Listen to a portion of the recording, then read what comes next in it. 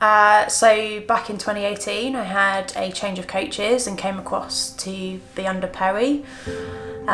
Since then, I managed to work and be a professional triathlete last year, which was great.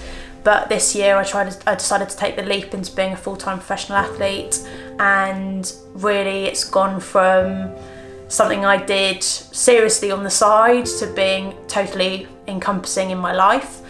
The Spirit Triathlon Series definitely helped with my progression this year. I think it's given me a lot of challenge with a group of people which you consistently race against the same people, so you know where you're at. Kicked off the year with quite a surprising result, I think, at Mallorca, and from there I just wanted to be better and better and just get further and further in my progress. So I think it really helped me push on for the last couple of months of training out in Cyprus.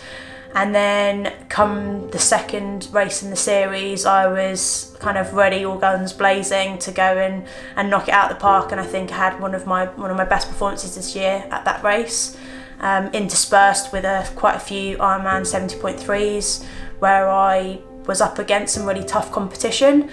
And it's really taught me how to race better as an athlete. I think the beauty of the Spirit Triathlon Series is that the races were so challenging and different that I never really knew what to expect going into them. The Alpe d'Huez triathlon was my longest ever distance in triathlon racing, and I was really unsure as to how that race would go. I think Perry played a vital part in the preparation on the day, in the morning, for that race, because, you know, I turned to him and I said, I haven't ridden for 5 hours hard this year, ever. I don't actually think I'd done a single 5-hour ride that year. And now I'm being asked to go and race it up some serious hills and run off the back of it at altitude. And he just told me just to go in and just give it my best shot. And when I started, for some reason in myself, I just felt this amazing desire to perform, and I felt really, really strong and confident. So I just went for it. I think I suffered a little bit as a result of that, but it's all a learning process for me.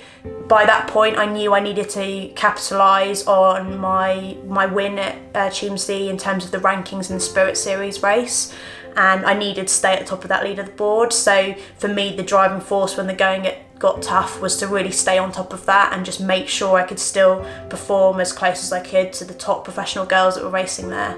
I'd be lying if I said I didn't want to be one of the best in the world. I'm never really here to do things by halves, and if I'm going to give something my all, I want to be at the top. I'm super competitive, both within myself and in the field.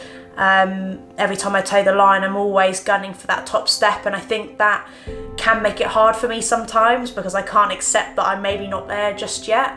But I know, and I have the confidence that with what I've achieved this year, and it really only being the start of my journey, I think the next couple of years could be really, really interesting as I continue to adapt and then hopefully hone in where I have my strengths and push on from there.